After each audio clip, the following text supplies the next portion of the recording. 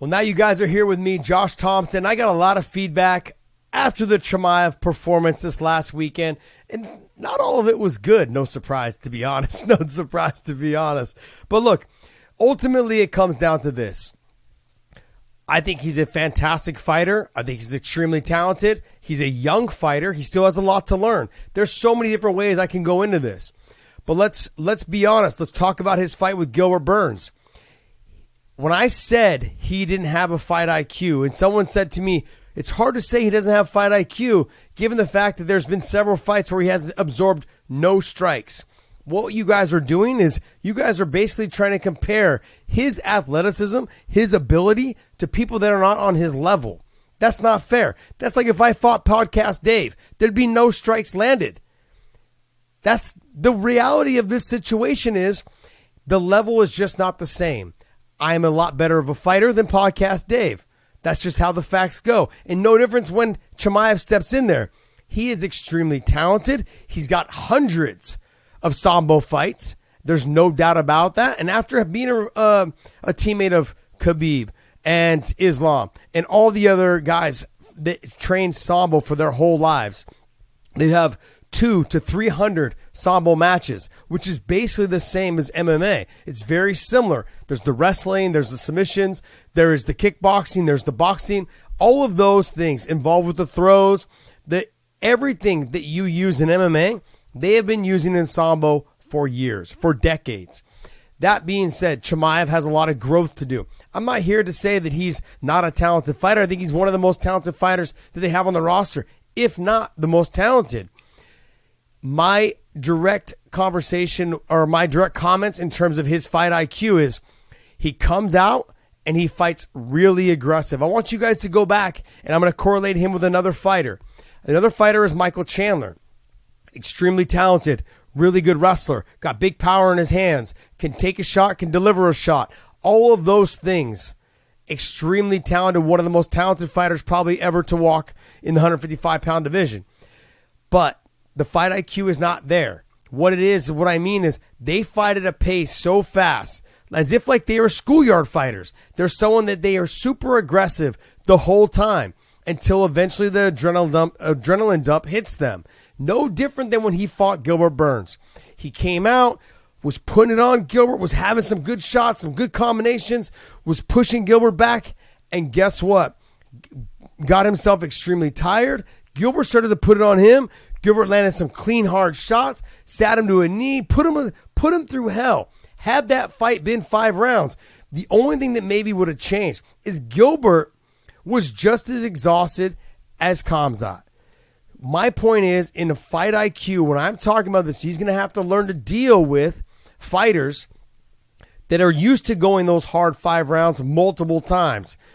Colby Covington is someone that I think that poses a threat to him because of all the wrestling, because his striking is not the best. Let's not deny the fact his striking is not the best, but he's got good wrestling, and the American style of wrestling is different from that Sambo, Russian, Chechenian style wrestling.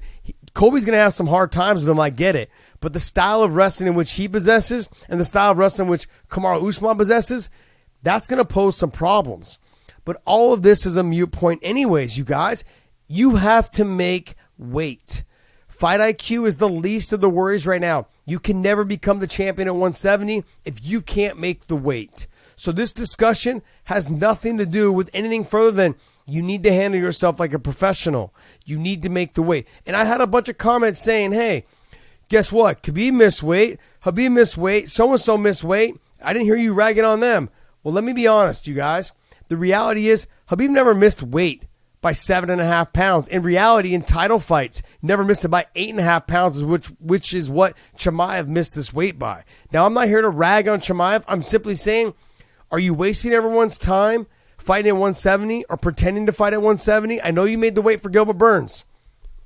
But if you can't make the weight on a consistent basis at 170 without causing problems with the belt being held up, without having to fight for the title, all of those things, can he do this same thing against guys like Kamaru Usman, okay, guys like Colby Covington?